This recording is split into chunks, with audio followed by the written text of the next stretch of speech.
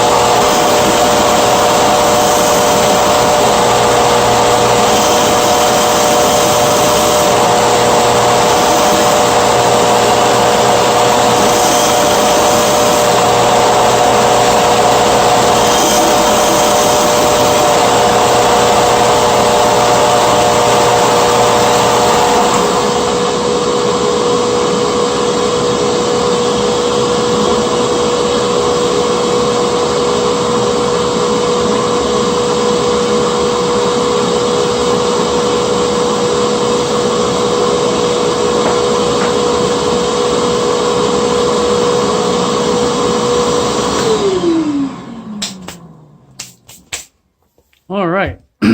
So I know it's hard to see, even though it's a clear dust box, but the vacuum has got such a sucking force that it sucks it in really fast. Normally, if I didn't have this thing attached, seriously, there would be dust covering all of my... I mean, it's a little dusty right now, granted, but, I mean,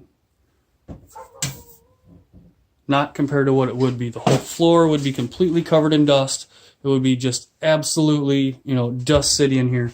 The whole tool and the whole motor and all of the switch down in here, this whole area would just be covered in dust. Even if I didn't have this box built up, it'd just be a pile of dust, and there'd be dust in the air everywhere.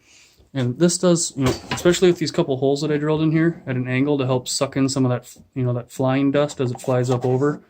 It does a really good job. Now, I did have, you know, when you started to see me work this thing at an angle, in these last, you know, in the last minute or two, and start getting these more elongated shapes compared to the shorter, rounder ones, I was throwing dust off at much more of an angle this way. So I did end up with quite a bit more dust than I thought I was down here.